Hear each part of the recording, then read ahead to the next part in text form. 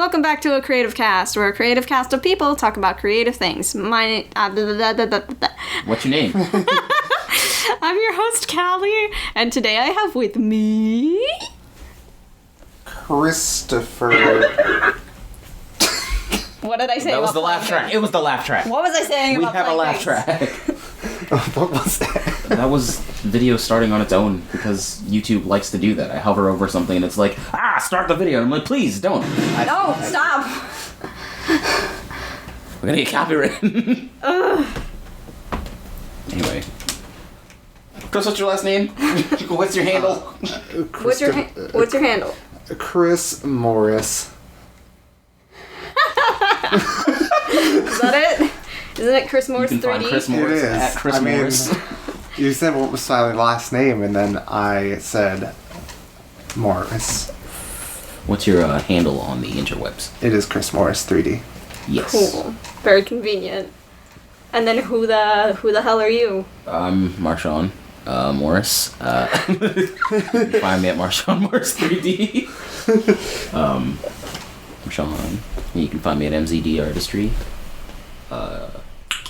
On the YouTubes and other places. Yeah. Yeah. Yeah. The host has left the room. Now we're waiting for her to come back. I'm getting wine for Chris. Thank you. My God, that's a full bottle of wine. We love wine here. We do. This isn't gonna be a drunk episode. We just happen to be drinking. I promise. All my homies love wine. Buster's also here. Oh yeah, Buster's here, but he's pretty quiet. Oh God, please don't spill. We have a little tuxedo cat here, Yep. loafing on the couch. Loaf, loaf, loaf, loaf, loaf, Loaf, loaf, loaf, loaf, loaf, loaf. He's so confused. I'll just leave this out in case you want more. Thank you. I'll I put it- appreciate it. We're trying to wine and dine Chris so he tells us all his secrets. Yes. All Tell us your my secrets to secrets. success. And yes, we'll was- need more wine for all the secrets. Oh, I feel that. That's the worst noise ever. I was trying to slurp for emphasis. They can't see us.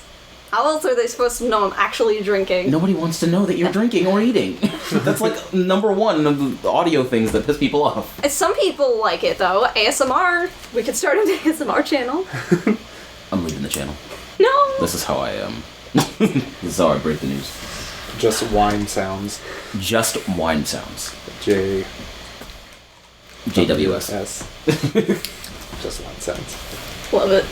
I will be drinking water. Thank you very much. Ah, yes. Good for you. Anyway, how's everybody doing? Me too. That good. We're all doing great. Is that our audience interaction part? No, I'm asking you guys how you're doing. Oh. We are not Dora the Explorer. I'm not talking to an invisible audience. I'm talking to you. I mean, you could. Maybe someday.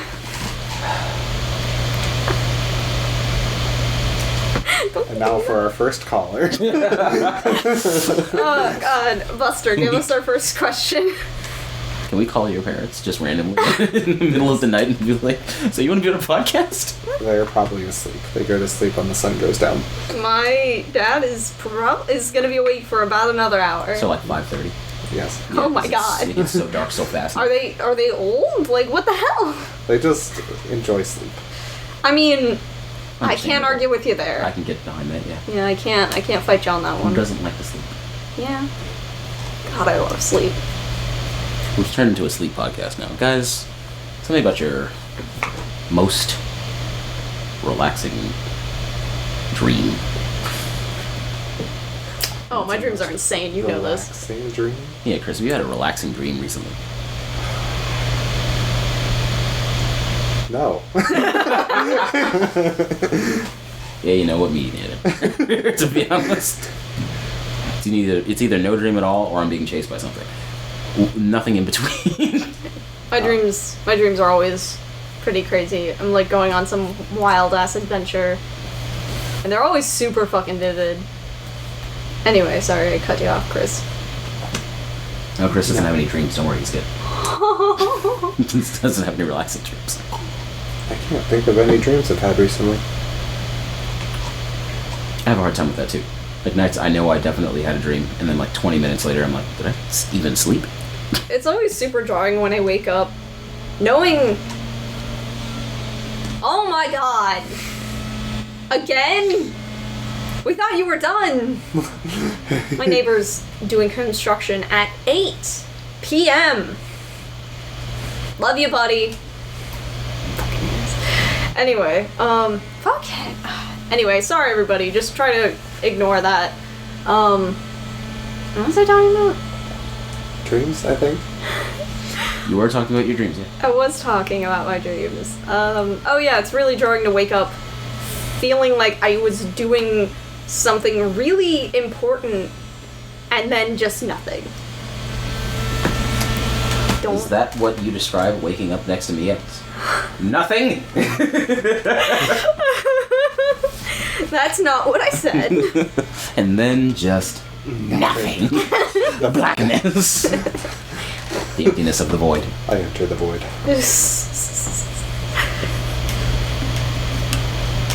Anyway, so today's topic is inspiration and motivation.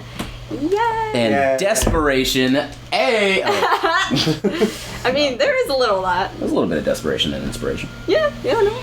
Desperately trying to make something of yourself and trying to be a better person. Meanwhile, your fucking neighbor is fucking being loud. It's a party over here. It really is. This is why we have the wine. We need to forget he's a thing. I will Marshaun? fall out of this Papasan at some Do point. you need help? I'm fine. I don't know how to sit in a Papasan, alright? It is It doesn't help that the bottom's upside down. I can tell. very mobile. It is. Oh god. Oh my god. Please don't fall. Please don't There are fall. staples in this that are coming out, and I don't know if I did that or if they were already coming out. I mean, it is pretty old.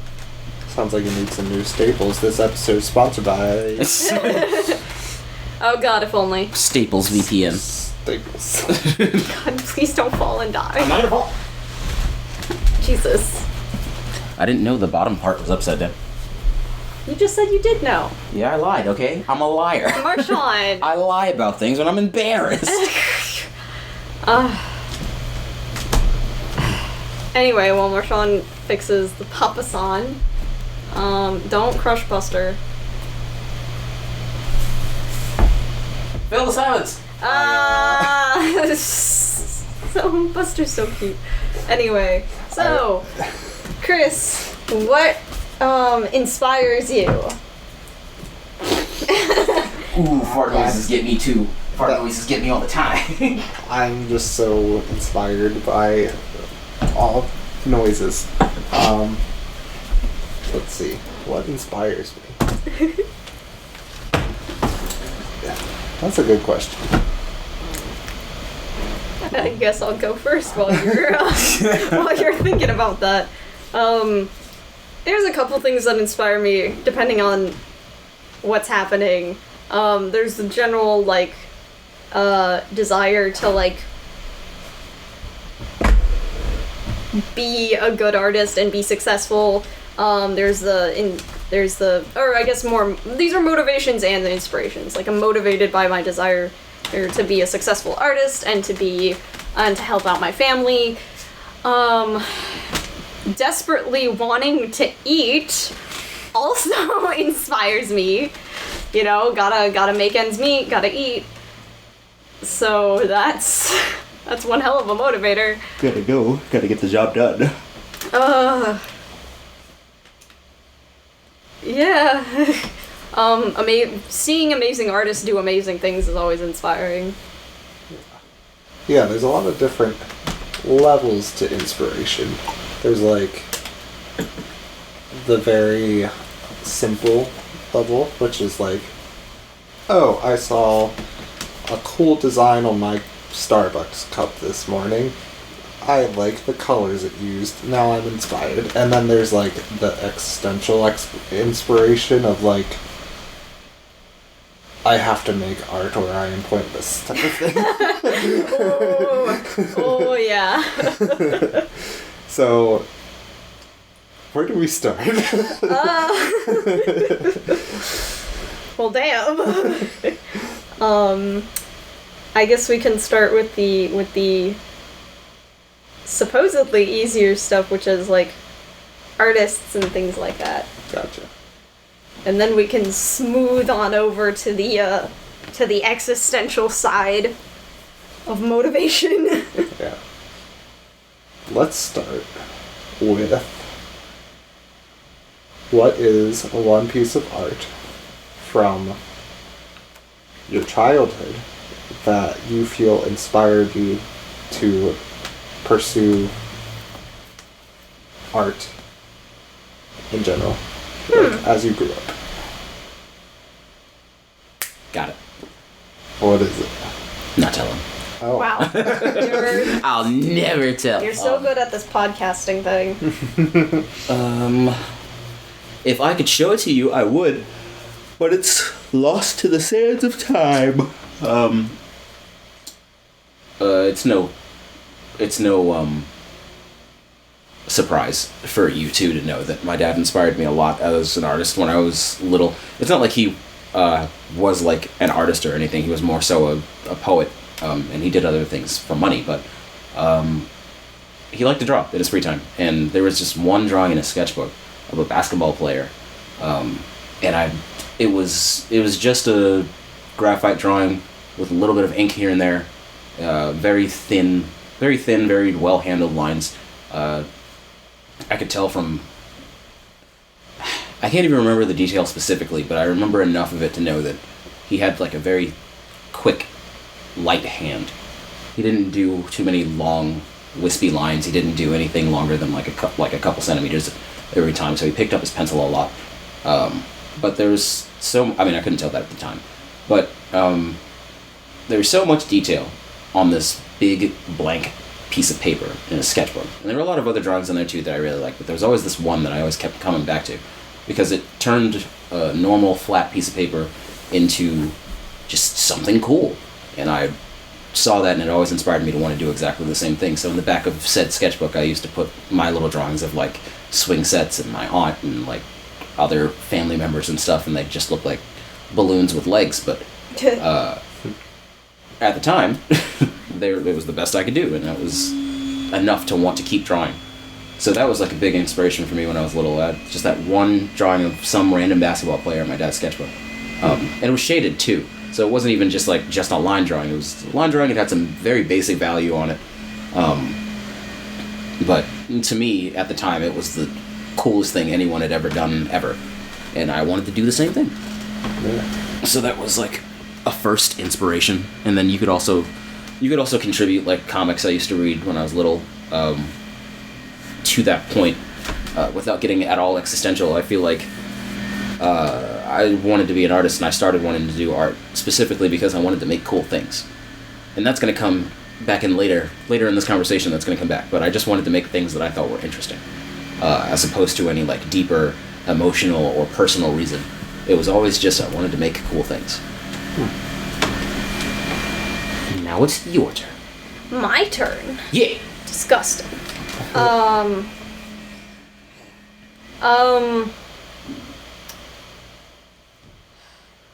I don't know if I can attribute it to any one thing. I was always such a big fan of stories and media and movies and cartoons. I remember watching Sailor Moon religiously growing up, just over and over again, loving that show to pieces. And so many of my characters, even my characters today, were originally inspired by Sailor Moon and her friends. And I don't know, I was even thinking about this, like, coming up to this podcast, and I don't really remember a specific moment that was just like, oh, I'm gonna be an artist. It was just kind of something that I always did and was always a part of me. And I just always wanted to do that. I guess that's getting a little on the existential side. So So. Quick, switch it to Chris. Chris, go. For me, We're professionals. We're professional podcasters. go. Let's see. I mean, I'm not sure if there was like one specific thing for me either. I think it was just the culmination of stories and visual things that I was exposed to that made me interested in art in general and in like exploring different worlds. I realized recently that reading was actually, I feel like, a big part of my venture into becoming an artist, because like in my mind I would see such like, as I was reading these, you know, stories and young adult novels and stuff, I would start to, you know, imagine these worlds and characters that I was just so, you know, like invested in and like so immersed in and wanted to see realized in real life. And so I think almost even more so than like art itself, like reading actually, I feel like made me interested in creating worlds. But It's almost like an overactive imagination, or just a very active imagination kept you, or just inspired you to want to keep making things. yeah, To kind of fuel that gap in between seeing the things that you're thinking about all the time. I can understand that. That was I think that was something that definitely contributed to my love of art too. I've always had like very massive imagination, and I daydream all the time. And I would always like come up with my own worlds, or I'd like, you know, self-insert. And I just draw and just create anything that revolved around that sort of stuff. I think I can relate. I can relate to that a lot too. I feel like maybe a lot of people do. Not everyone has the ability, I found out recently, not everyone has a mind's eye, essentially. Not everyone can form images in their head that they can see and draw from. I mean draw from as in pull something out, not actually physically draw something. But some people, I think it's called aphantasia, I don't really remember what it's called, but unless that is it, and then woohoo. But some people just don't have that ability, and I thought that was crazy. I don't know how I would have lived my life without reading like Goosebumps books, and being able to take that little bit of cover art, and being interested in that, and then turning that into a whole world and story as I read the book. The first Goosebumps book I ever read was like Why I'm Afraid of Bees or something, which is, it's so dumb. The cover is literally just a kid's face on a bee's body. And that it was just like, whoa, what's going on here? And that was the first full Goosebumps book I ever read for a class project. And I don't remember anything about the book. I don't remember anything about the book. But I remember that it really got me interested in reading in the first place. Because I just would pick up all of these books and come up with the images on my own. I didn't draw anything for these books, but there was enough of it. It was described well enough. R.L. Stine did his job, and he described everything well enough that I could just piece it together, and I was just like, wow, I'm like seeing this whole thing. It's like, what if it was a movie? What if it was this? What if it was that? And then eventually, this interest in reading, because there are points in my life where I just stopped drawing for a while too, because it wasn't like, oh, I want to be an artist for the rest of my life. It was just like, I also happen to like to draw in my free time, but sometimes I wouldn't. Doing a lot of reading got me back into drawing, because I just kept seeing all of the stuff that I wanted to make, and I was never really seeing it anywhere, like out in the world. And I was like, well, I'll make it myself. yeah. So, yeah, reading in middle school was a huge inspiration. Middle school and up. I didn't just stop reading in middle school. Yeah. Part of me bringing that up is the realization that, like, I should read more now. We talked about that. You were in a book club, right? Yeah, I was in a book club from 6th grade to when I graduated high school. So 6 years of book club, constantly reading, constantly getting inspiration, and then just kind of fell out of it. But we get busy, man. yeah.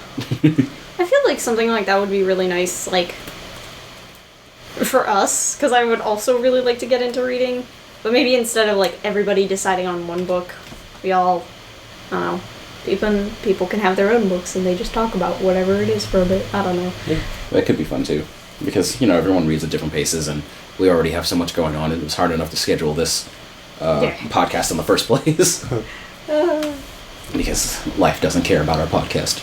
It keeps getting in the way. Yeah, sorry for the late cast, everybody. Busy.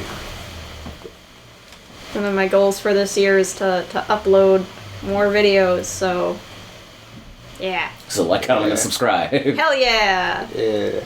Anyway, back to stuff. Inspiration. Yeah. And motivation. I want to know how all of that fed into you being a photographer. Because when you started PCAD, you wanted to be a photography major.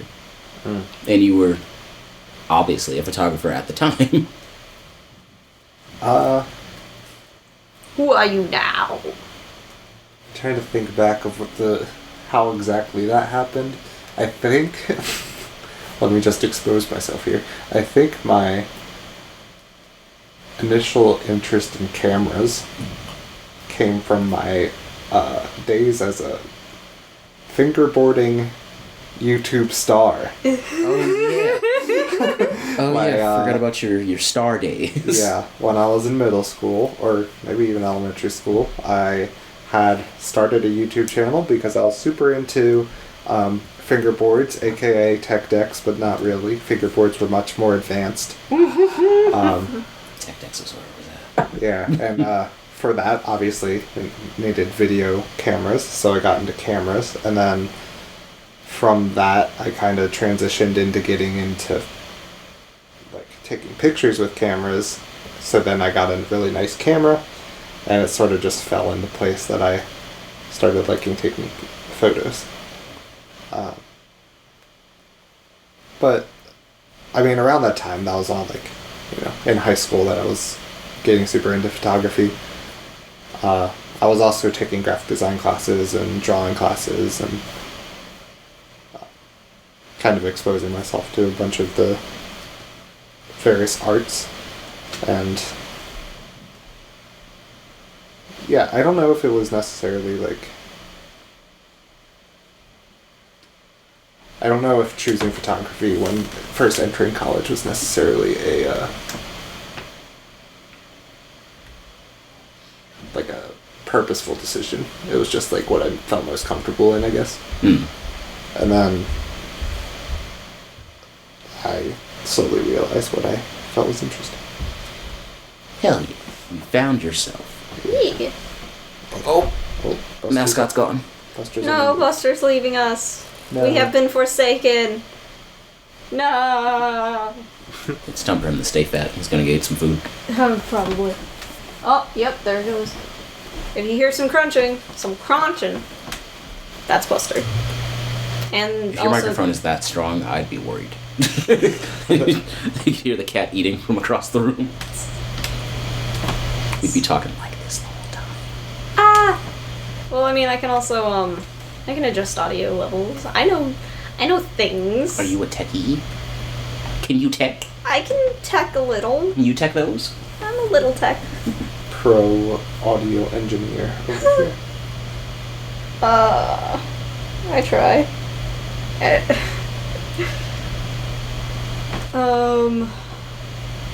Anyway. Yeah, I kind of feel like I was in a similar boat when I first started college, because I think I didn't really understand what the different facets were in the art world, really. I went in thinking I wanted to be a graphic designer, because graphic design was the word everyone was throwing at me, and I was just like, yeah, that thing. Yeah. Graphic design is mostly what people know, and they know that there's money involved. Yeah. So everyone wants you to be a graphic designer. Yeah, but then when I learned, and I was really, like, struggling my freshman year, trying to decide between illustration and digital media, because I loved the animation and storytelling side of digital media, but I loved illustration. I think my professor, Matt Chapman, what he said to me really stuck with me. He said, based on what he's seen with my sketchbook and everything, I'm an illustrator at heart. Or he said, you're an illustrator at heart. And I was like, you know what? You're right. In my heart of hearts, I think that's really what I be. And that's just kind of where it went. Heck yeah. And was it a good fit? It was. Not looking back? Nah. Plus, now that I've graduated, I also am, learning more things, and I'm getting... I took a lot of, electives in digital media, so I still got to learn a lot of that stuff. And I made it work. Made it work for me. I think that's pretty important. We had to be separated into disciplines, obviously, so we could specify what fields we went into. But at the end of the day, I feel like it's really important to have some information on all of them. We had to take photography classes freshman year. We had to take video editing courses. We learned all sorts of stuff, and I think that was really, really important. Foundation year was good for that. And in high school, when I went to charter arts, they had us do a lot more than just drawing. We learned how to do the basics of drawing, and then we split off into advanced drawing or painting. But we all had the same core painting classes. We all had the same core drawing classes. We all had the same core sculpting classes. It's really nice to pick up other skills and dip your toe in a bunch of other things while learning. And if I hadn't done that, I don't think I would have had much of an appreciation for all the stuff I don't know. Yeah. It's fun learning what you don't know. It's fun picking up new information, and you're just like, wow, there's this wealth of knowledge that I don't quite understand, but I'm scratching the surface, and that's interesting. Sometimes it's incredibly intimidating. Oh yeah, I've been really feeling that lately because I've been really getting into a couple of new hobbies, primarily doll repainting and garage kits, which are two very different things, as the people in those communities will tell you. But I know, I've been watching the videos for a while, and I'm just barely understanding how it all works, but I'm still really excited to get into it, and it's very scary because I have no idea what I'm doing. All the videos in the world, and I'm still just what's happening?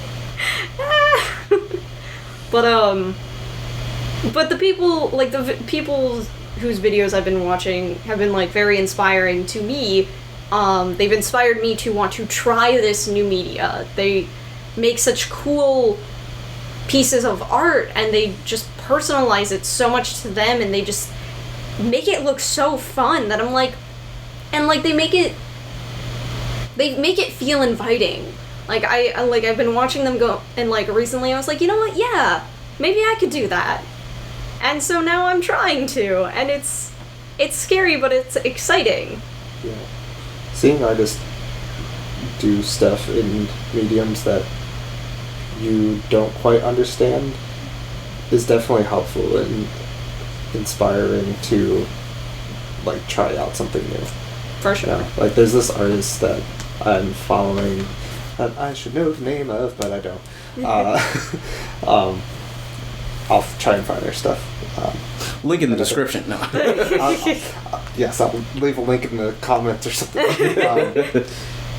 They do this whole blend of 2D and 3D stuff that I'm just completely fascinated by. It looks I don't even know, a vintage comic style. I thought you were going to say Comic Sans. No, not Comic Sans. Please, no. That is the opposite of inspiration. What's an inspiration killer for you? Comic Sans. But you know what else is not inspirational? The chainsaw outside. But yeah. Is there anyone, anything experimental or different that you've seen, Marshaun, that has inspired you lately? Well, I've seen the face of God. What has been on my radar lately? I think I'll hit that by going back to what I was talking about earlier with the wanting to make cool things. I feel like, and by the way, I'm almost at year 10 of my art career, because I would like to say at the beginning of my art career was in the beginning of high school. I started art school sophomore year. So, yeah, I guess that was about 9 years ago. I'm almost at 10 years. That's crazy. But that entire time, I felt like I was making art because the word art and the concept of art was interesting to me. Art history was cool to me. Even when it was slow and boring at times, it was still cool to me. I liked learning about the history behind most things. So understanding where the study of art came from and the importance of it and all this stuff, that was always super cool to me. Learning the basics and the fundamentals of drawing was always really cool to me.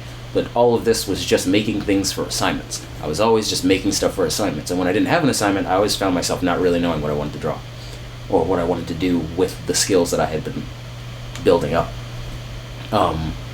And recently, as I've told you both before, the concept of making things that I like was just so alien.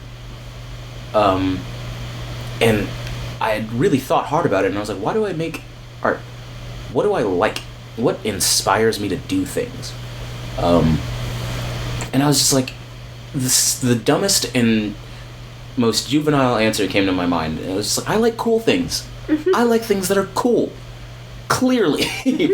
And because that definition is so broad, I didn't feel like it was pigeonholing me into anything. I like fighting games, and I like anime, and I like Godzilla and giant monsters. I like these things. I get hype when I see these things. When something cool is happening, it makes my I get goosebumps, and I'm excited, and I want to jump out of my seat and go, yeah, that's it. Like, that feeling I want to perpetuate in my work. I want other people to try and feel like that. And when I came to that conclusion, like this, it felt like this, my third eye had opened. Like, I was like, I want to feel that when I look at art that inspires me, and I want to feel that when I'm making art. And hopefully, I want those things that I make will put the same feelings in other people. Because art is communication.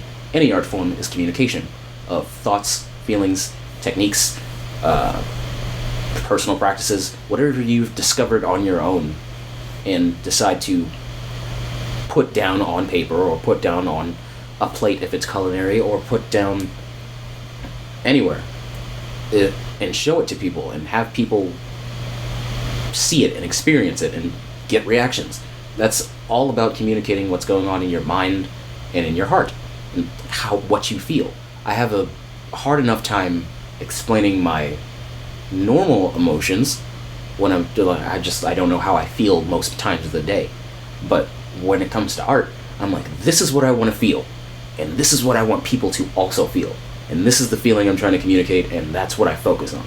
And that really started driving a lot of my ability to make things beyond just studying, like beyond just doing the stuff that I learned in school over and over again. I'm now learning how to inspire myself and find things and track things down that inspire me and hold on to them and put them in a blender in my mind and pull something else out. No matter what it is, whether it's an accident or completely calculated, it's something that pertains to all the things that have made me interested in what I'm interested in now. And I want to keep pushing that out of me. So that's the existential end of what inspires me, as well as the thing that's been driving me the last year and a half. For sure. Yeah. Yeah, I can definitely identify with using art as a means to communicate when like other forms of communication maybe weren't as like strong. Like, you know, thinking back to when I really chose to go down the path of being a creative person, which was around like middle school, high school, I was like extremely introverted and like a super shy kid that like wasn't the best at verbal communication and like communicating ideas through talking or other means. And so when I got high praise on something like artwork, it was inspiring to me because it was someone telling me that I communicated something clearly, which was not something I often was like told, like outside of the art world. So I think that's definitely why I fell into it as well. I remember those days too. The earlier days of making art. The earlier days of making stuff that maybe... That is interesting. I didn't have the intention to make something cool or interesting when I was... Well, just before I started art school in high school. But I was drawing freshman year of high school and before that. A little bit here and there. And I was making stuff and people would just kind of have these reactions. And I was just like, wow, people really like what I'm making. I guess I'll keep making it. And it always seemed like I was making things to entertain people. I was always making art for other people, and this thought would pop up in my head for years and years and years. But I just kind of ignored it, because I was like, who cares? I'm still making art. So as long as I'm doing the thing I want to be doing, why think too deeply about it? And then recently, you know, COVID hit, depression hit, there's just too much time to think about why I'm doing what I'm doing with my life. We'd already graduated college. Now it's just time to think about what I'm going to do with myself. And the answer was just looking at why I was making art. And since it always seemed like it was for other people, I was like, well, what does it mean to make art for me? What do I want to be making? And then that's how I got to that conclusion. But yeah, I do just feel like it was for people for a while. It was for other people for a long time. What about you, Carolyn? Did you have these experiences in your former life?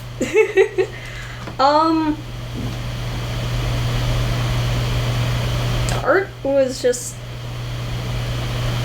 I don't know, it was just always what, like I said, it was always what I found myself doing. It was always what I turned to when I had nothing to do. I will say, I've always been a big fan of fantasy, and if anything was possible, I'd love to, you know, travel the multiverse, have adventures for the rest of my life, and just experience life to the fullest extent that I can. But unfortunately, multiverse travel isn't an option. Travel itself is very expensive, and I'm dirt poor. So I guess the next best thing is to create it for myself. Because when I sit back and really look at art and what it is, it's creating something from nothing. You can, with the stroke of a pen, you can build castles and characters that people will love and laugh and cry with. You can make people feel things, and that's incredible to me. That is nothing short of, like, that's the closest thing we have to magic, in my opinion, next to, like, actual science. Like, the fact that I can make a character that like, I can make a character who is nothing more than ink on a page, but people can relate to, they can care about, they'll want to see them happy, they'll cry if they're sad. That's incredible to me, and there's nothing more amazing to me than that. For me, that's what it means to be an artist, is to do the impossible with something as simple as a pencil. even though I'm a digital artist. You can still draw traditionally. I do, sometimes. The digital pencil still counts as a pencil. Exactly. But yeah, it's just... No, it does. But yeah, that was... When I really sat down and thought about what I loved so much about art, it was because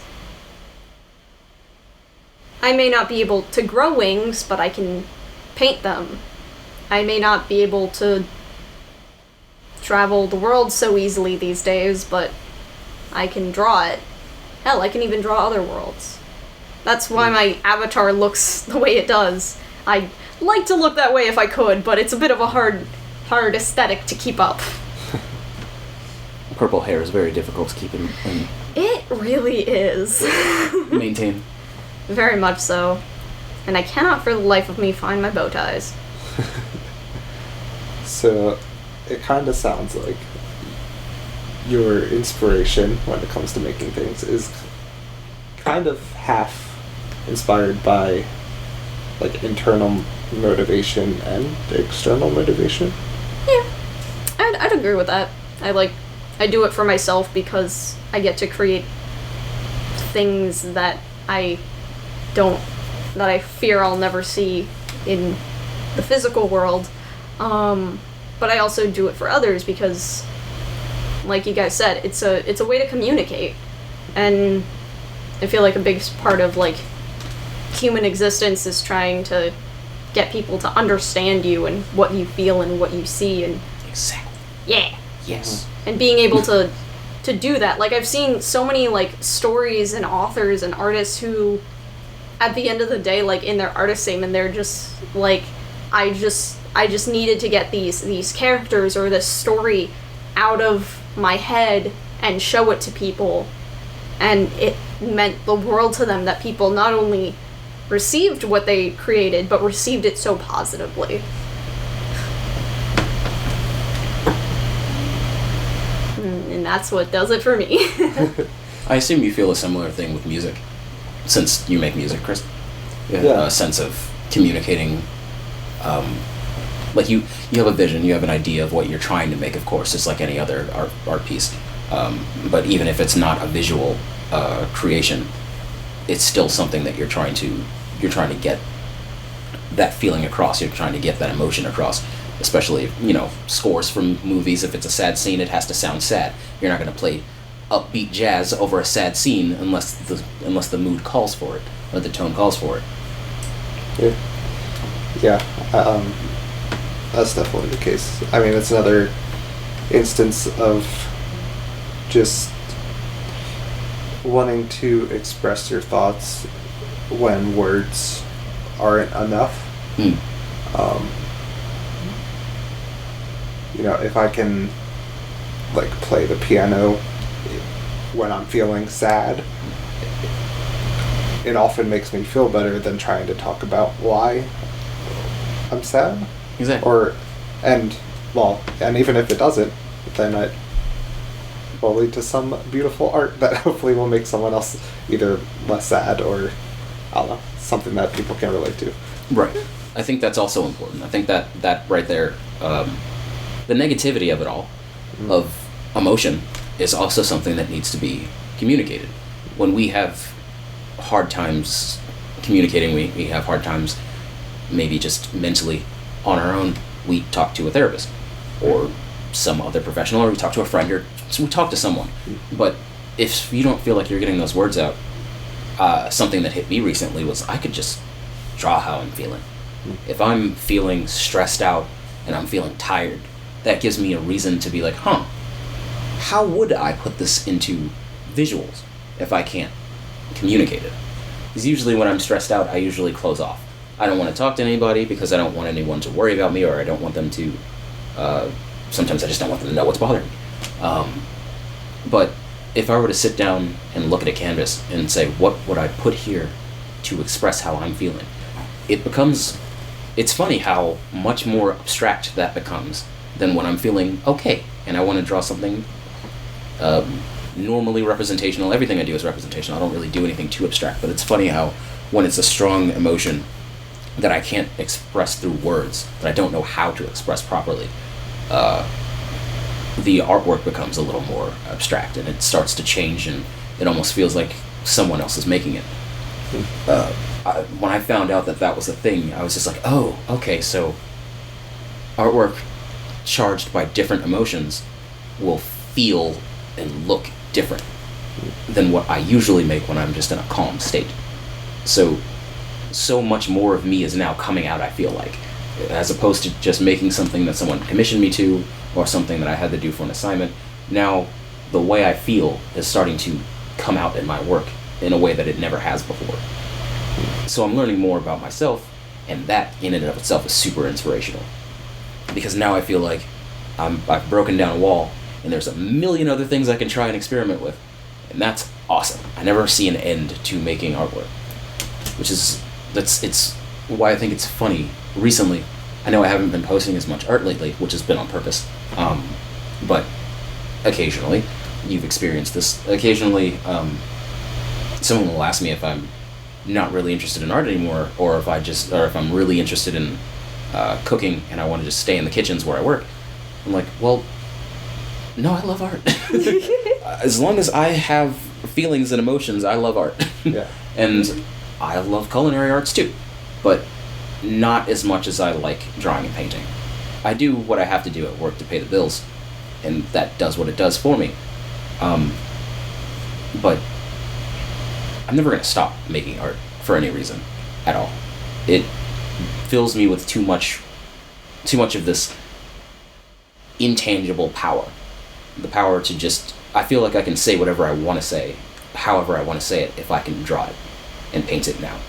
It's a feeling I didn't have before, but now that I have that, I feel much more powerful as a creative. And I try to find that exact same passion and those intentions in other works as well, which is what heightens watching a really good movie now, or heightens listening to music. I would never describe myself as a music person. I never would have ever in my entire life. But now that I think that deeply about what people create, and whether it's lyrics or whether it's just the instrumentals, I'm thinking, how do I feel about this? How is this making me feel? And is this the intention of the artist? What were they going through at the time? What are they saying? What are they feeling? That gives me so much more to break down and try and understand. And even if I'm wrong, the interpretation is still there, and that's fun. Yeah. Because nothing has to have a hard interpretation. And that's what's so fun about art. Yeah. The creator can have their specific intentions, and that's fine. But they don't always have to, and sometimes they can, but they don't always have to push those intentions on the audience. The audience can just come up with what they want to, and they can feel what they feel, and that's cool too.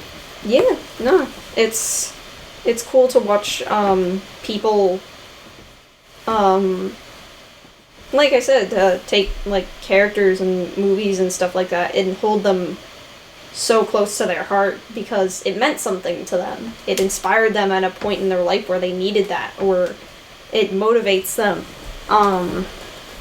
What's it called? Like, what's it called? I remember seeing a post about like these like guys at the gym, and they were like talking to each other, and they're like, yeah, we're gonna get buff like All Might, and it was like, that's so cool that like anime inspired them to do that, and that they were like taking that to heart. That's so cool and kind of cute, and just like seeing people like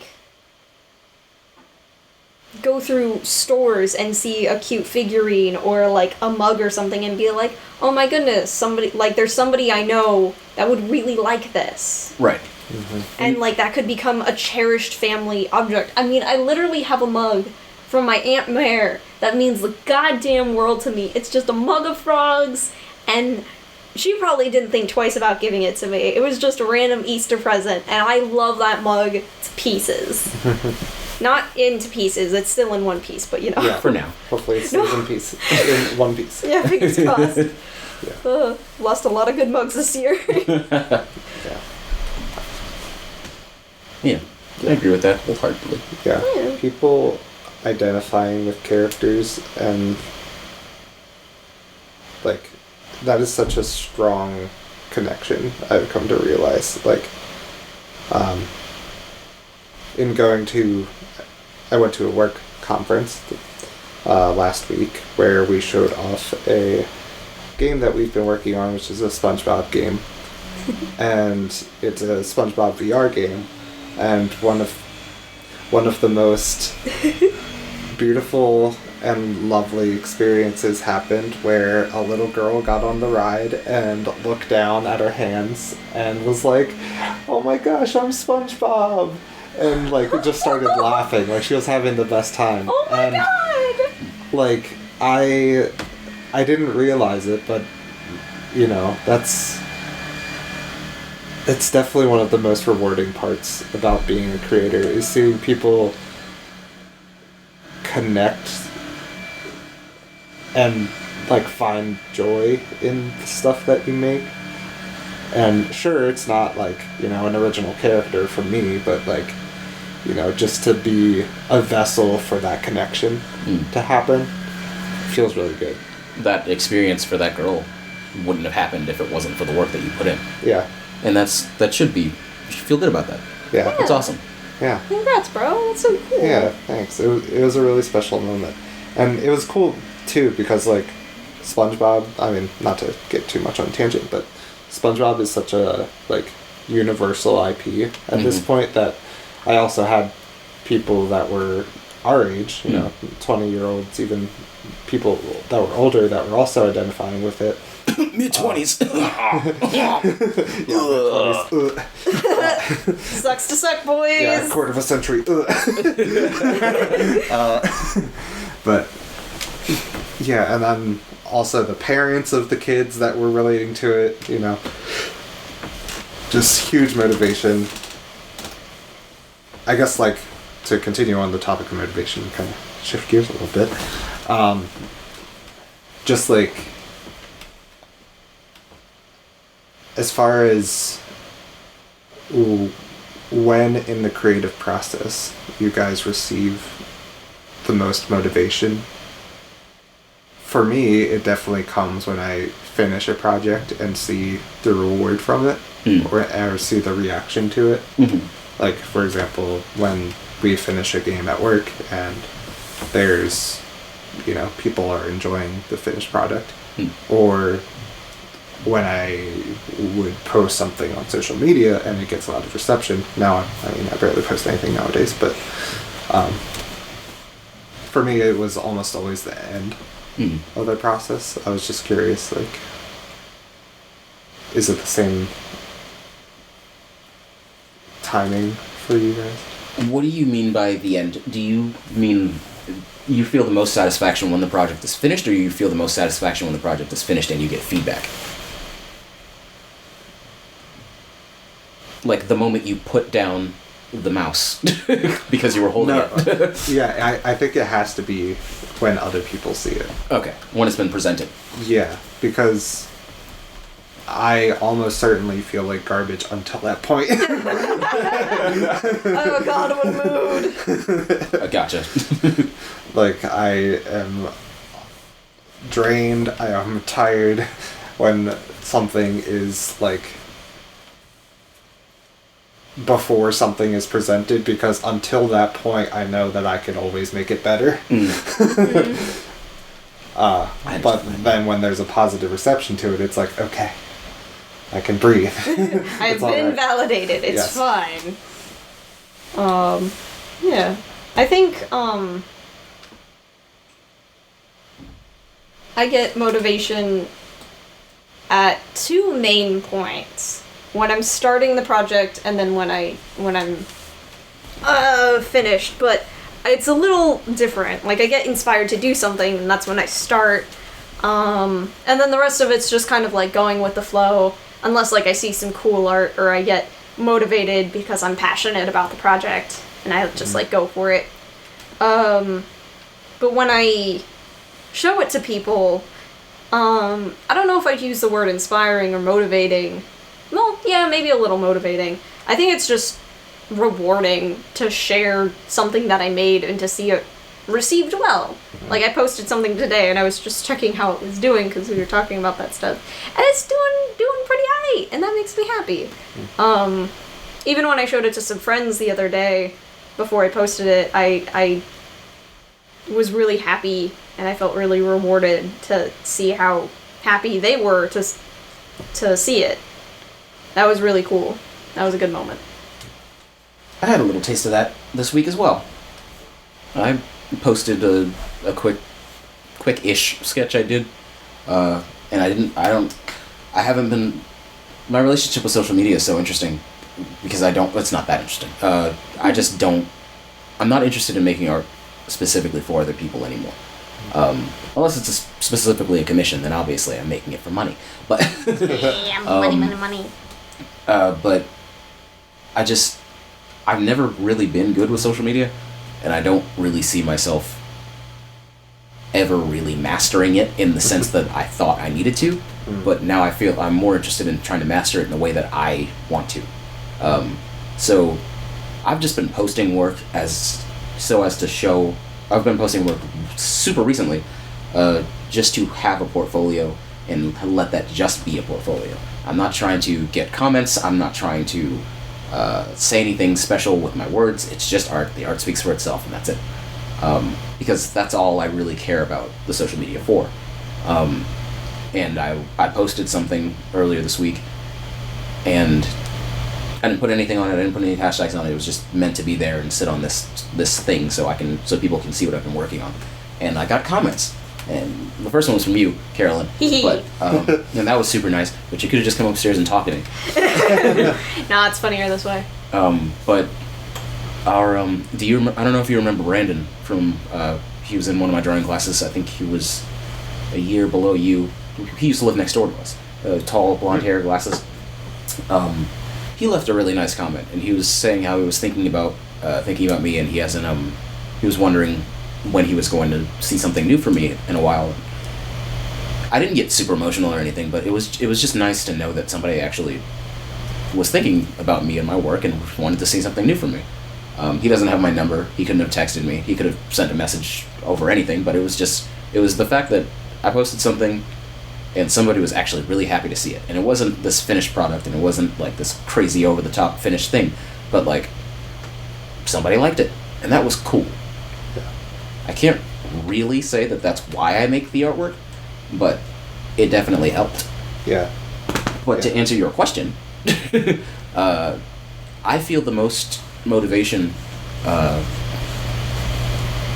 answer your question with an analogy. You've had an ice pop. We've all had ices. Yeah. Not a popsicle, but specifically an icy in those little plastic packets. Yeah. I'm the kind of person who will suck all the juice out of it, and then just have like flavorless, flavorless ice at the bottom of the packet. Yeah. I get all of my inspiration and all of my energy from working on something when it's in its phase where I can do whatever. I can throw whatever colors on it I want. I can draw whatever I want. I can redraw this hand, put this leg somewhere else, put that eye somewhere else, put this hill over there, put that mountain there. When I'm in that stage where it's so malleable that I can do whatever with it, and it still has that realm of possibility in it, that's when I'm the most inspired. I have such a hard time finishing things, because once it's done, then I feel like I don't get to have fun with it anymore. So I feel like I have to keep myself focused as hard as I can to finish something. But when it's a little earlier, when I'm still able to just have fun with the piece, that's where I have my most motivational moments. That's when I'm thinking, and the wheels are turning, and I'm getting all this reference, and I'm getting inspired, and I'm just like, no, let me try this, or let me try that. That's when it's the most interesting to me. I think I hype up what people's reactions will be in my mind, and they never meet the reaction I was thinking of in my head. So I just stopped thinking about other people's reaction to my work and just have fun making it. Yeah. That's cool. So hopefully that answers that question. Yeah. Thinking of other people's reaction to work can be pretty crippling in terms of like motivation, because like I feel like it's very easy to think of like people having a subpar or like, you know, I guess fear of like disappointment. You know, so for me, it's also easier to just like, create things for the sake of creating them and not worrying about what people are going to think about it. Right. It's just much like that experience with that girl. For you, it's nice when someone has a good reaction to it. That's a nice plus, but it's not the goal you're looking for. Okay. I think for a long time, that was my goal. I was looking for those reactions, and if I didn't get them, then it meant I wasn't a good artist. And that mindset could definitely beat me down sometimes, and it's not a good mindset to be in. So yeah, any young artists, aspiring artists out there listening to this in 2028, don't do that. Stop it. Get help.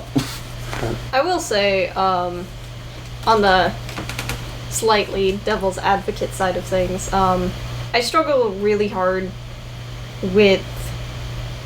I mean, I don't know. I guess I kind of struggle with making things for myself versus other people. I mean, it's always...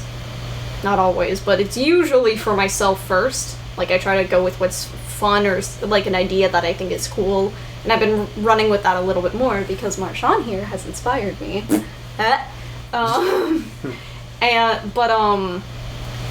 Being in the industry that we're in, I struggle with wanting to make things that make people happy for two reasons. One, I just like making people happy, and like sharing that experience and stuff like that. But two, I gotta eat, man. I have to, like, I'm trying to make it as an artist, and in order to do that, people need to like my work.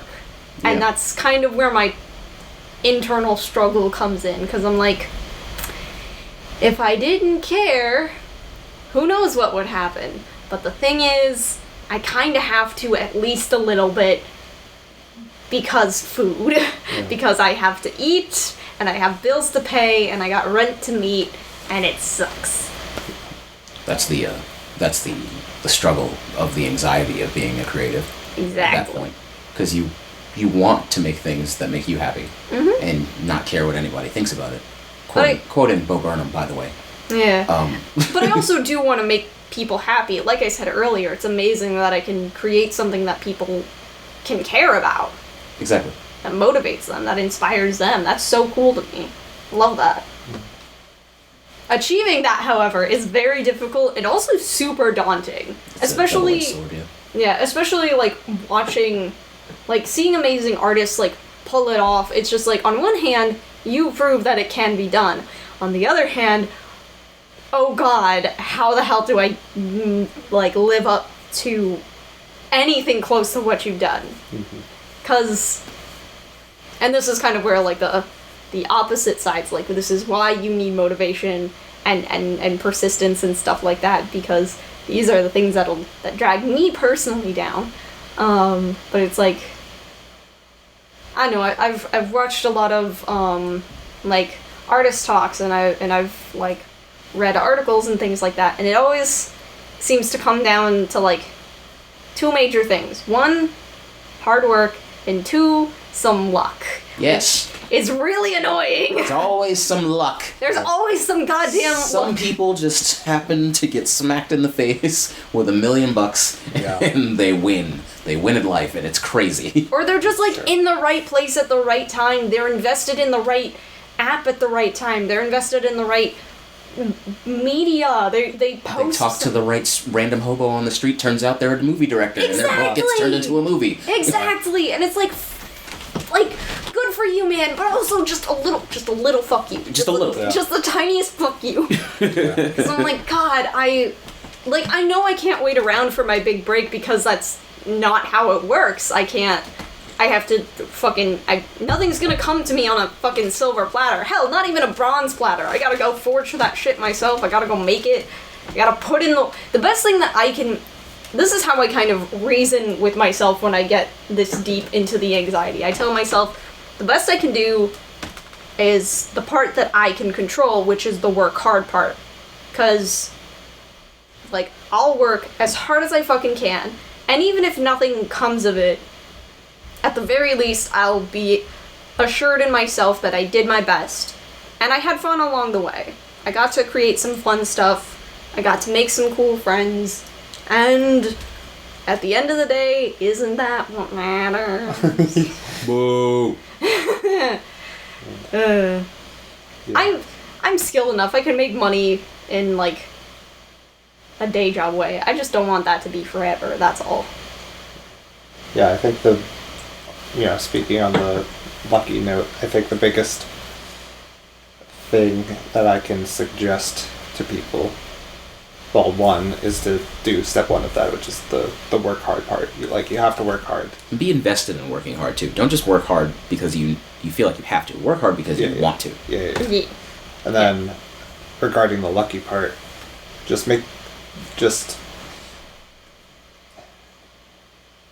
you have to put yourself out there so that you can receive that luck. Yeah. Nobody, you're not gonna bump in, or, you're not gonna get that $1 million investment unless people know you exist. And unless you've got a rich uncle. That too. Yeah. But, yeah. And that's personally why I post things on the internet, because I'm like, I don't have the money to promote my shit, but when I do, I'm gonna make people fucking see me, and that'll help.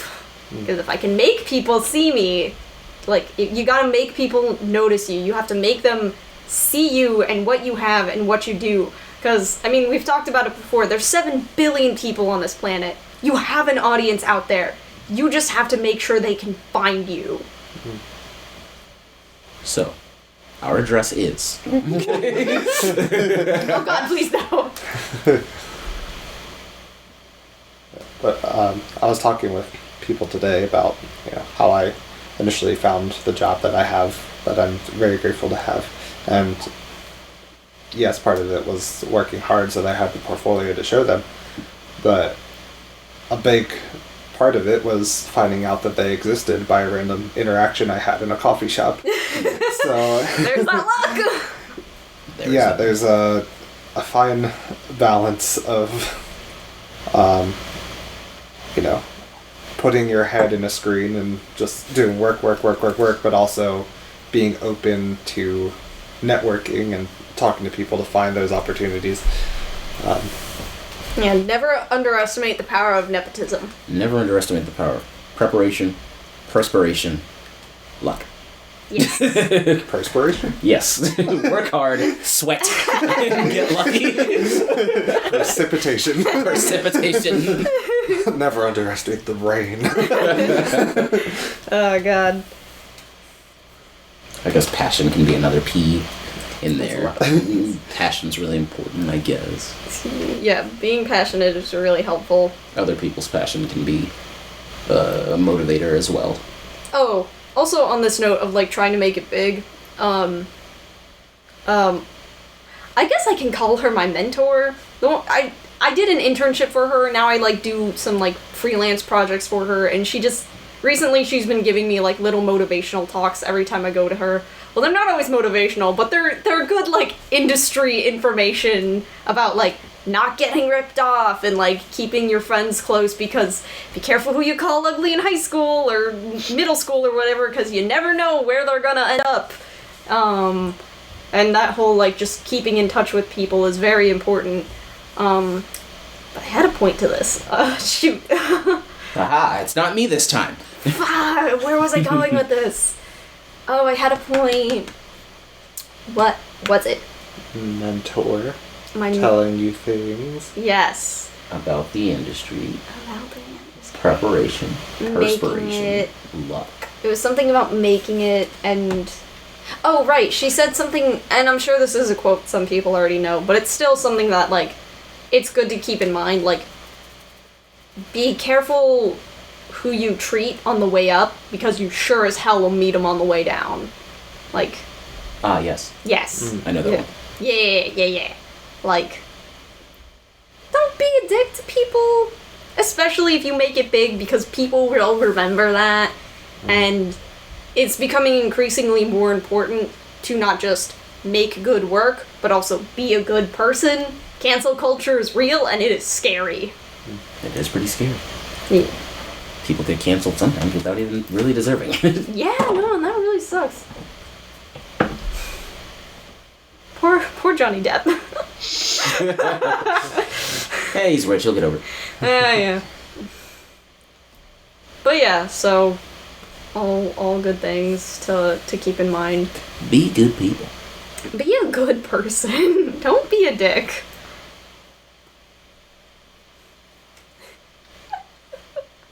Yeah. You agree with that one?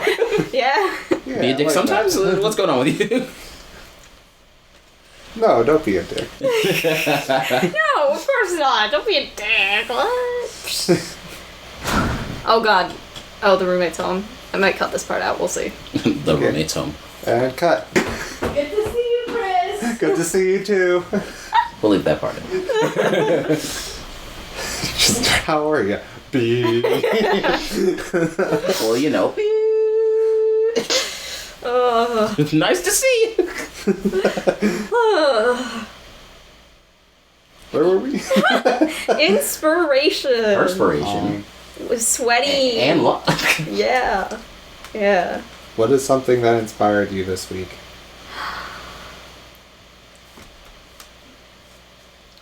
The Switch? Not the Switch. What? Yeah, you know, the Switch really inspires me. You know, its compact design really tickles the jimmies. No, Carolyn. Smash? The Arcane music video was pretty freaking cool. Oh, yeah. That was really awesome. If you haven't seen Enemy, the music video for the new Arcane series, it's pretty hot. The editing is on point. And it gives me so much faith for animated music videos. Not that I didn't have any faith in them before, because they did KDA and all the other animated music videos that have been coming out for video games recently. They've just been blowing up. Yeet. And in that same vein, League of Legends also has a fighting game called Project L that is in development, and boy, oh boy, is it's raising hell in the fighting game community. Not because it's controversial, but because it looks so damn good. It's so nice, and this goes very well with our topic. Project L is headed by two gentlemen, the Cannon brothers. They're twins. It's very odd when they sit and talk next to each other. I think their names are like Tommy and Tony. Something like that, yeah. The Cannon brothers, they are working on this fighting game for League of Legends. That was announced quite a while ago, like probably a year ago. But it went dark for a while. Probably, I think for legal reasons, I'm not totally sure. But recently there was an update that came out, and the little clips that we saw before are nothing compared to the overhaul in art style and animations for the whole game. It has turned into, it now looks like less of a safe, as Maximilian Dude would put it, a safe fighting game, and more like it's trying to do something interesting. It wants new players to feel like they can jump in and play, but also they have the complexity for the people who really love fighting games to really push movement and express themselves with their tactics and capabilities in the game. And I'm so excited to hear people who are making a fighting game talk about that love of expressing yourself in game, and talk about a fighting game as if it is a community effort and not just something that is just for newcomers and just for people who've been playing fighting games their whole lives. They're trying to make something fun, and that's it. That's all that matters to them. And that's just super inspiring. It's super inspiring to see that something's being made that's not so polarizing. Like, everyone I've seen so far in the fighting game community who's heard about this game and has made content for it is just saying, wow, I can't wait for this to come out. And that's super inspiring. Super duper inspiring. So, would you say that other people's receptions to this thing is inspiring, or the thing itself for you? Well, I heard about it through a tweet from Maximilian Dude, and the caption of that tweet was, "Fuck yeah!" So his reaction to it made me click on the video. But when I actually watched it myself, it was incredibly inspiring for me specifically. I've been getting into fighting games more so because I used to play them when I was little. I feel like I dropped out of them, and now I'm starting to really love them again since we started playing Smash again in college, and that it took a while, but then it made me remember that I like all fighting games, not just platform fighters. And platform fighters is another thing that we need to talk about later. because now Nickelodeon All Stars is a thing. They have their Nickelodeon Yes. platform fighter, and Multiverses, the Warner Brothers platform fighter, was recently announced, and that'll be free to play. Shaggy is a playable character. Whoa. Not just Shaggy, Ultra Instinct Shaggy. Ultra Instinct. A meme has become an officially licensed Warner Brothers fighting game character. Wow. That is insane. I love it. I love that they embrace the meme. Yeah. Not only did they embrace it, they used it to market the game. It's like the first thing you see on every thumbnail. It's Ultra Instinct Shaggy. They knew what they were doing. They The marketing really- team was spot on. They watched Elon Musk and his whole Cybertruck shit, and they were like, "All right, let's do that." Yeah. But yeah, what's so interesting to me about that and why it was so inspirational is because like I said, it's a game that feels so much more like it is a community thing.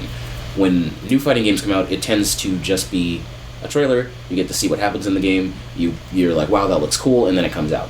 What we saw were two developers who were passionate about fighting games, who've been playing for decades, who know what people want, not just from a gameplay perspective, but also a netcode philosophy. There's just so much care being put into this game from the very beginning, and it's seen through the visuals, and it's heard through what they talk about and what they go into. It's just exciting to see people who you know care making things that you care about, as opposed to these faceless companies that'll just shell something out. Whether it's good or not, that's great, but when something doesn't work with it, you expect changes don't happen. It can be upsetting. But seeing people put their faces in front of the company and say, we're making this, we're passionate about it, we care about it, and it's going to be the best thing we could make for you. Mm-hmm. That is incredibly inspiring. Yeah. It's just nice to know that creatives care about what they make, and that's awesome.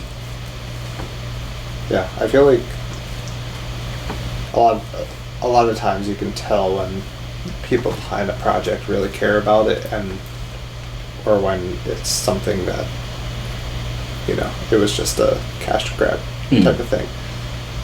And the stuff that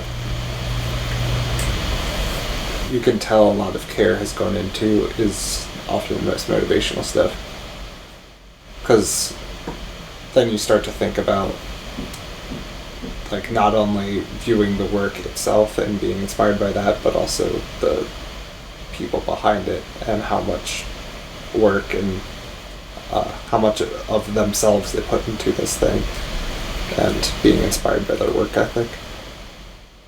Absolutely, work ethic is always inspiring to me. Yeah, for sure. I mean, your work ethic was the most inspiring thing to me throughout college. Just watching other people work hard makes me want to work hard and be right there with them. Ah, I could say the same thing about you. So, it works. It's a big circle. Yeah. Hard work begets hard work.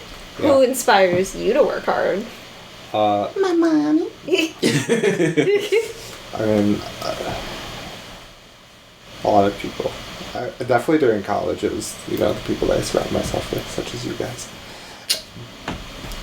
Nowadays, I mean, my coworkers are very inspiring just because, well, for one, we have to do things to make money. But, Get the job done. Yeah. Make company work. But also because, these machines are basically I'll call them my bosses. They don't like to be called my bosses, but bosses. It's their invention, and it's like their baby, and something that they really see the future in, and which has led me to see my job as less of a job and more of something that I'm doing to make something come to life. To further along something bigger than you. Yeah.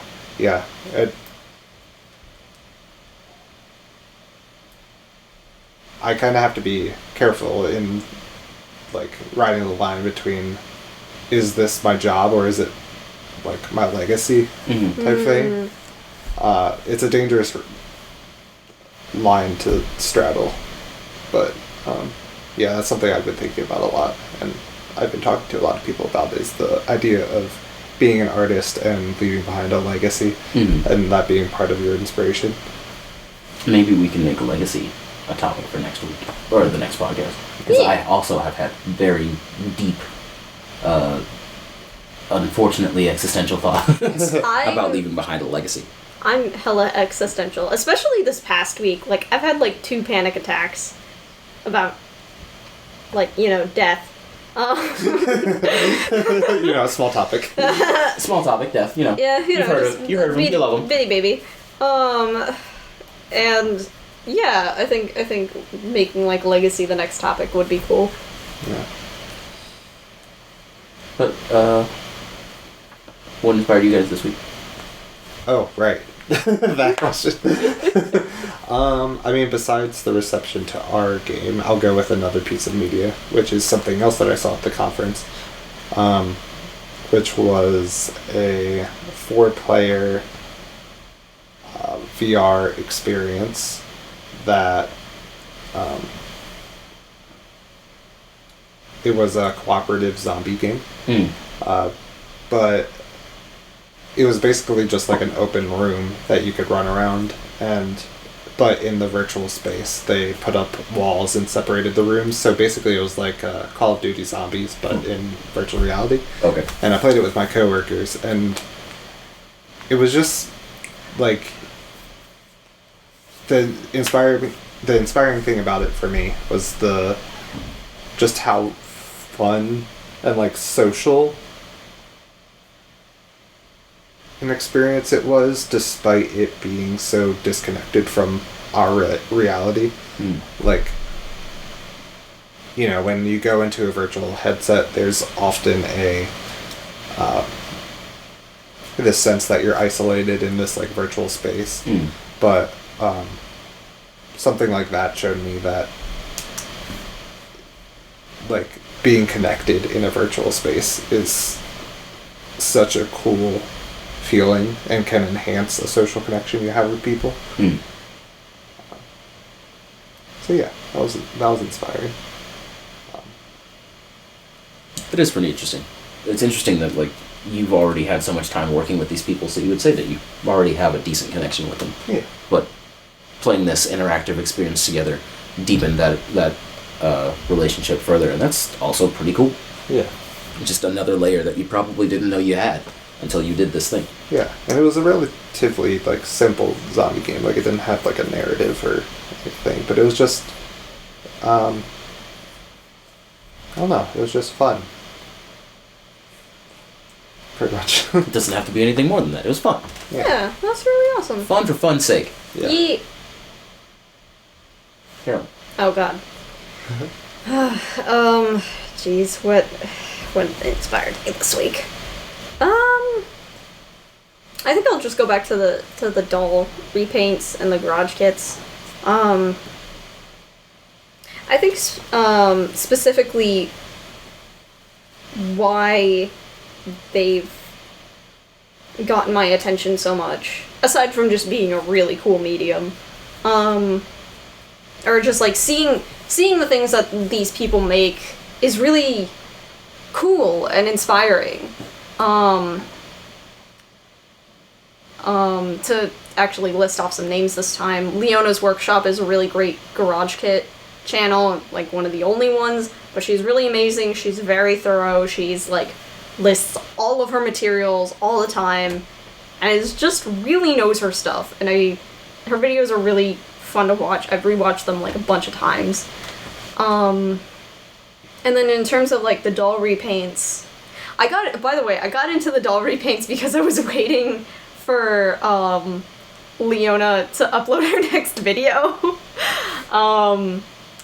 Which is ironic because she like mentioned in some of her videos how doll repaints are a very separate thing, but YouTube's algorithm is like kind of lumping them together.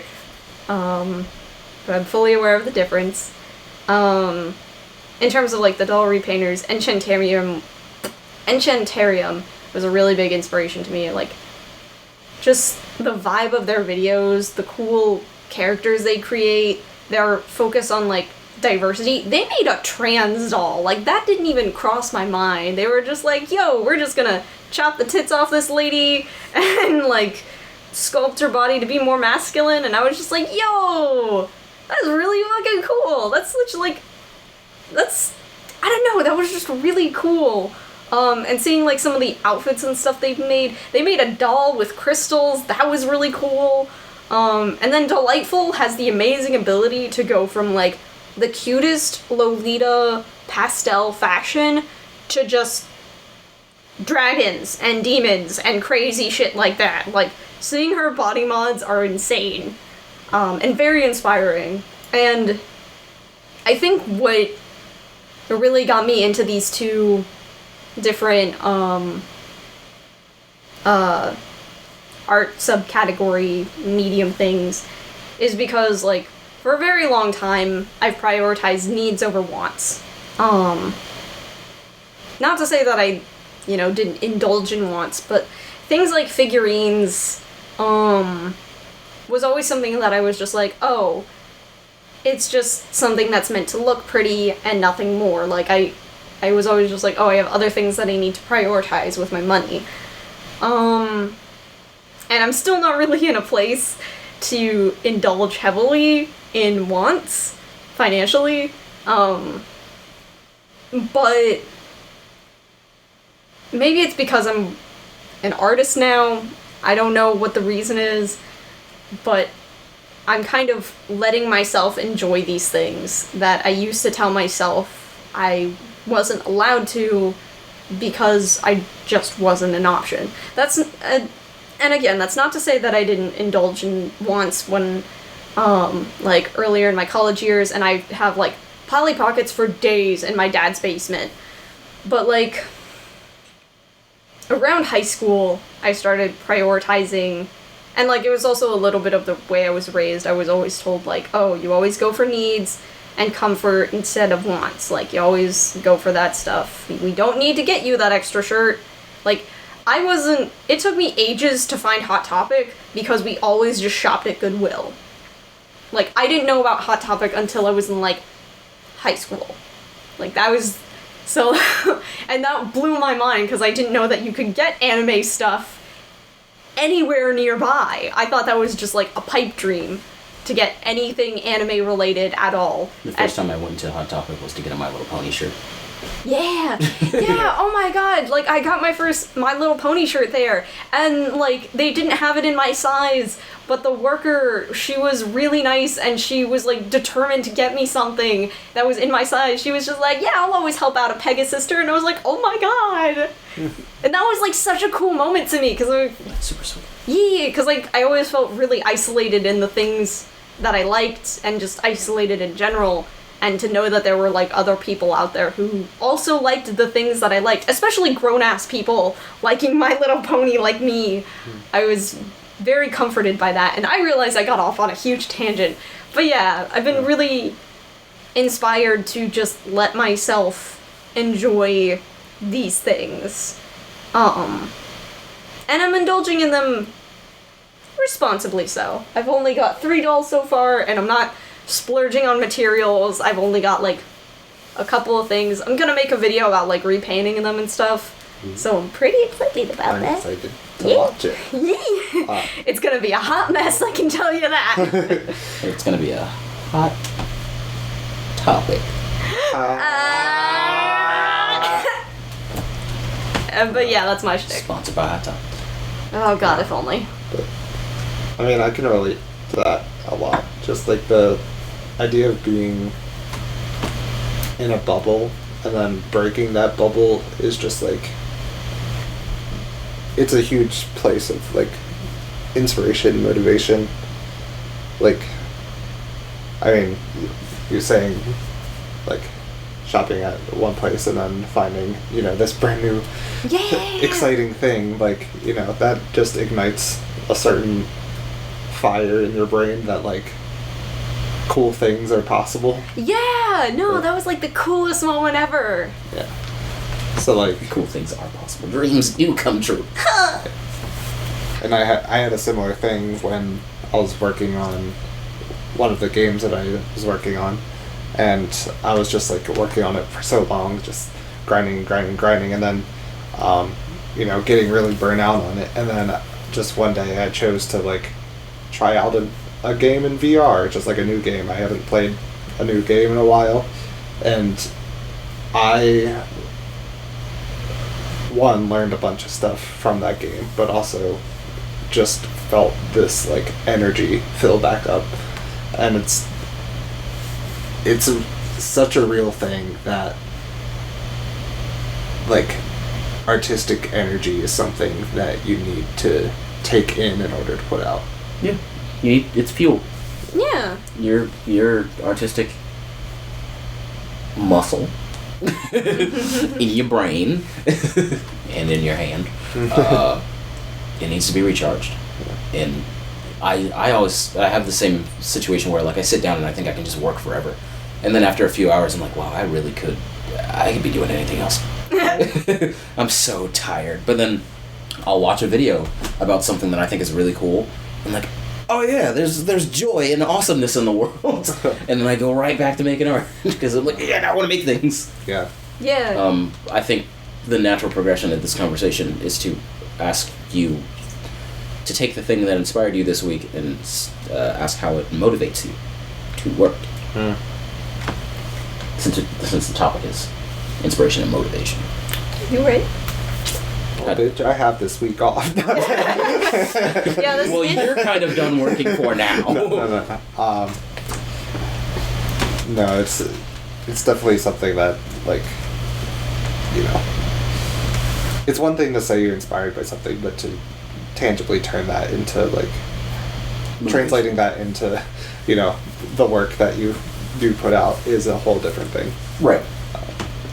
Because you can be like, wow, that was cool, and then just like not do anything. Of course. And that's kind of what I was talking about earlier about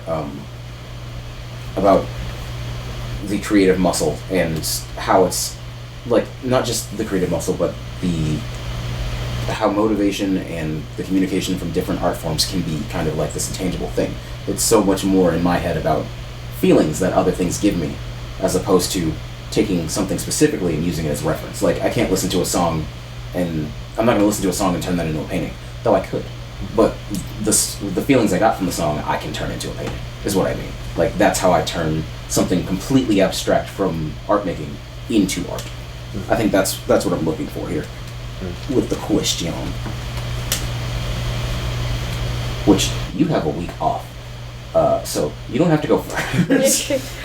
Carolyn, though, your specific inspiration does have to do with you making work. Yes.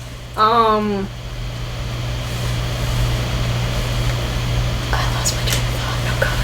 How many glasses of wine you had? Only 1.5.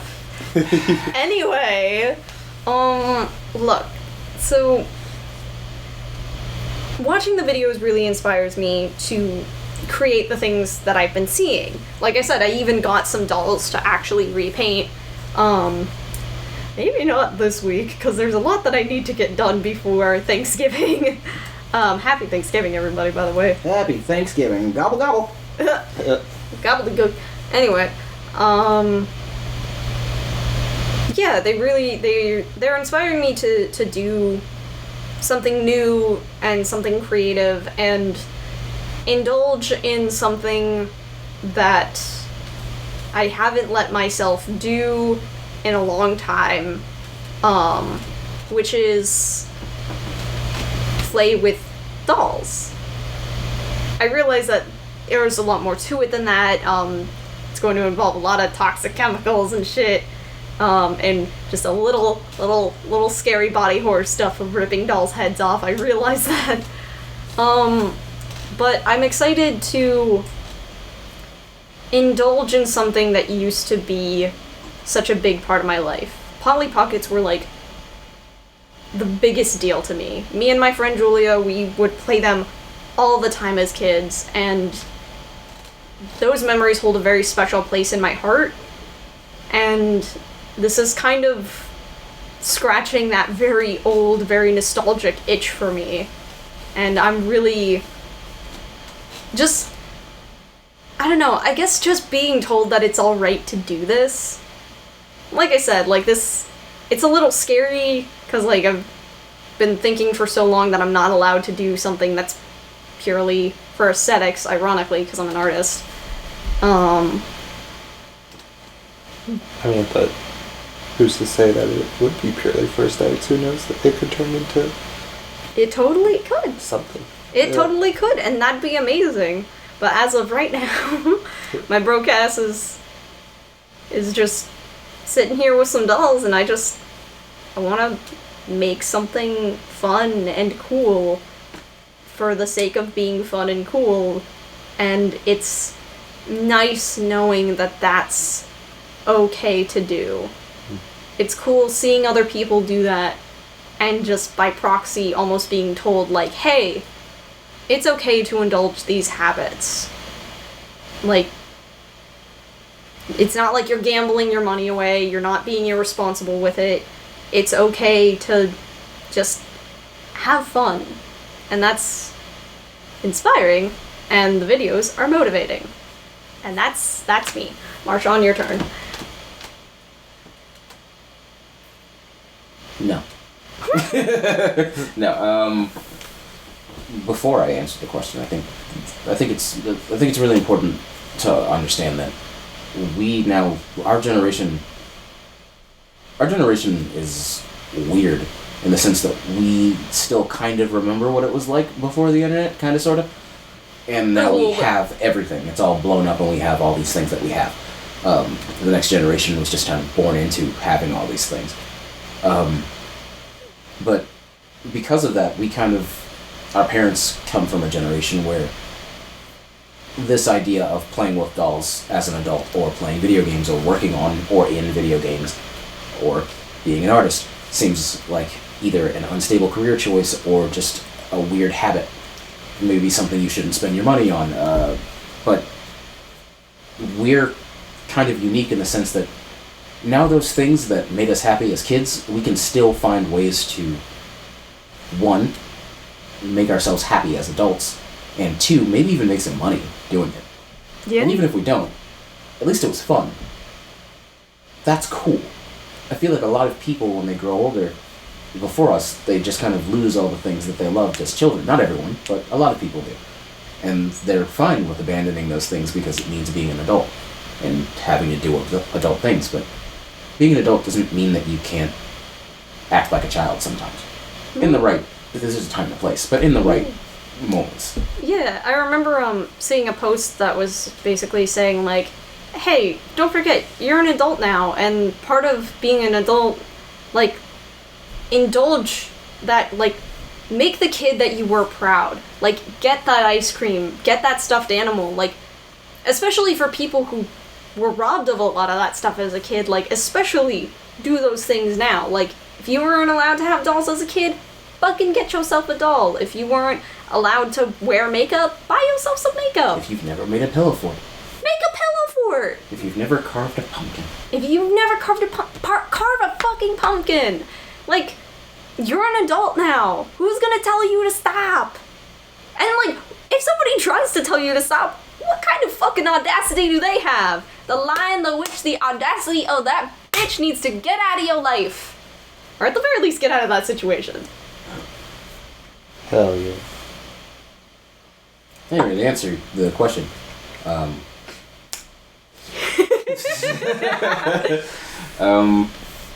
we're great at segues.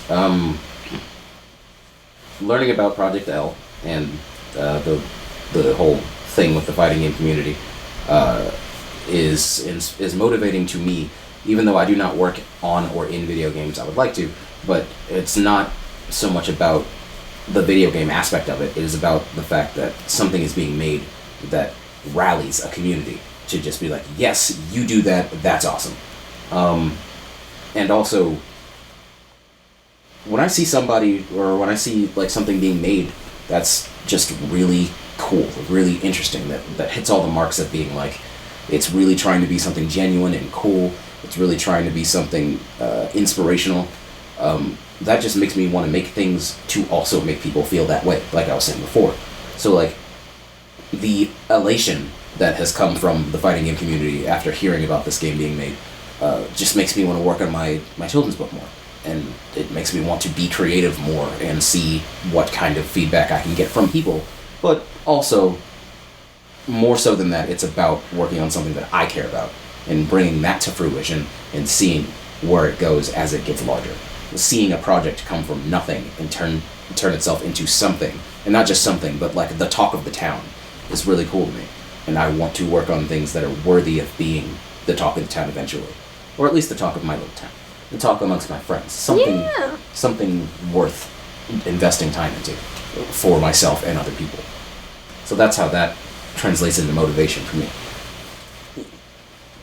That's the shortest answer.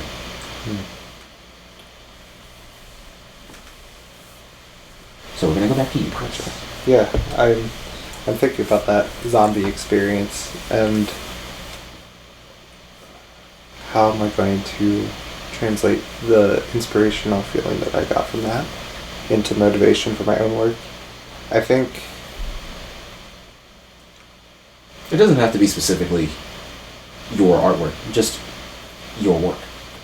Work at work, work personally, maybe just working with your coworkers. Well, I think... I guess, how does it motivate you in general? A big part of why I enjoyed that experience was the nostalgic factor for me, because it did feel so much like a Call of Duty Zombies experience. Right. So it reminded me of the good old days of, being in middle school and high school and even in college when we would play zombies and had such a, good time with that. Yeah. And anime. Anime. I will still forever remember you playing zombies and screaming anime at the TV for some reason. I don't remember where that came from, but I don't remember why you did. it has forever since become an inside joke for us. But I think I want to carry that sense of like referencing classic ideas and like games that I know work and implementing those ideas into the work that I create, simplifying things,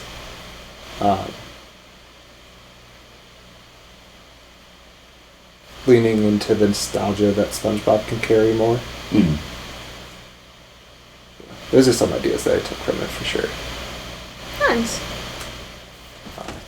That's interesting. I'm curious to see what that turns into soon. Yeah. The power of nostalgia is intense. It really is. Yeah. I mean, yeah, there's a lot of stuff I want to do for that SpongeBob game. Just like, not even for the, just to make it better, but for my own self-interest of being loyal to how I remember the show. Like, for example, we have a part where you can like drive off the road and like enter rock bottom.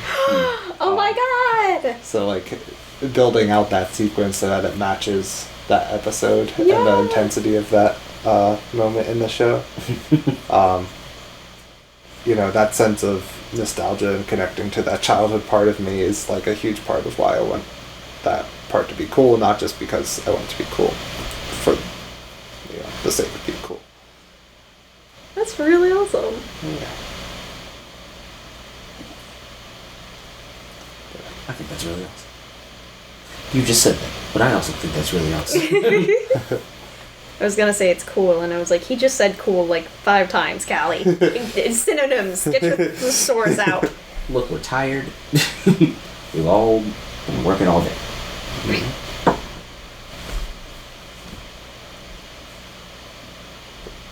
What? Well, you're the host. How would you like us to proceed? Oh, do you guys have anything else to add to the topic, or any... I guess we're winding down? Unless there was something else you guys wanted to tackle or talk about. Inspiration. Check. Motivation, double check. I think we hit everything. Perspiration.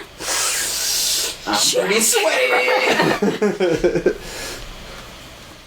No, I think we hit all the points. I'm interested to dive into certain things from today even deeper on future episodes. Yeah, that legacy episode is gonna fucking suck. It's gonna slap. It's gonna slap. What do you mean? Oh no, it's gonna slap. It's just gonna be. I'm gonna definitely need some wine for that episode. Oof. Legacy. Yeah, I've been getting What's in a into legacy? some philosophy myself, and it's been an interesting road. Ready for it to end right so here. Look forward to that one. Oh boy. Bring your tissues and And safety blanket. and beverages of choice. Yeah. Age appropriate, of course. Yes. I broke the lava lamp. Did you break it? Yeah. Like break it? No. Better But still. I might need a new light bulb, which is it's replaceable. Okay. We're not cutting this out. We better not. I really like that fucking lava lava lamp. lamp. It's so It went fun. It adds so much to the room. That makes me sad. We'll just have to shine phone flashlight to it. Marshaun broke it just before we started recording. Yes, on purpose. I picked it up and slammed it on the ground because I hate lava lamps. I'm a horrible lava lamp killer. If you got a lava lamp, unsubscribe. We stand lava lamps here. We will fix the lava lamp. A lava lamp for death. Tune in next episode to see if we fix this lava lamp. Place your bets, folks. I'm betting against. Damn. It's funny because that's probably what's gonna happen. Anyway, yeah, I think we hit it all on the mark. Leave a comment. What inspires and motivates you, or don't? You know, you're an adult, maybe, hopefully. I can't tell you what to do. You better be over 13, though. We have been cursing way too much. This is definitely like viewer discretion. 13 plus episode. Adult Swim. It's Adult Swim here. Yeah, we got this is definitely like rated T for teens, mother. Hubbers. Yeah, there we go. Anyway, yeah. Hubbers. Yeah, if you guys don't have any final thoughts. I don't have any thoughts to begin. Head empty. Head empty, only vibes. My final thoughts is go get inspired by something new this week. Yeah. Seek out something new and fresh and feel your creative juices go up. Yeah. There's literally like a mountain of content on the internet and also billions of books to read. Just Yeah, before someone burns them all. Read a book. yeah, Read read a a book. Yeah. Pick up a book. Yeah, don't let the Library of Alexandria be an example. Read some books, don't burn them. Yes. Yeah. Yeah. Books are important. Read Goosebumps. Read Goosebumps. Read Bone. Bone's a good series. Bone is a good series. If you haven't read Bone and you haven't read Scott Pilgrim, what are you doing with your life? Yeet. Alrighty, y'all. Thanks for tuning in. We'll have another podcast hopefully next month, and hopefully you'll get some other videos between now and then. Yeah. Bye. Bye.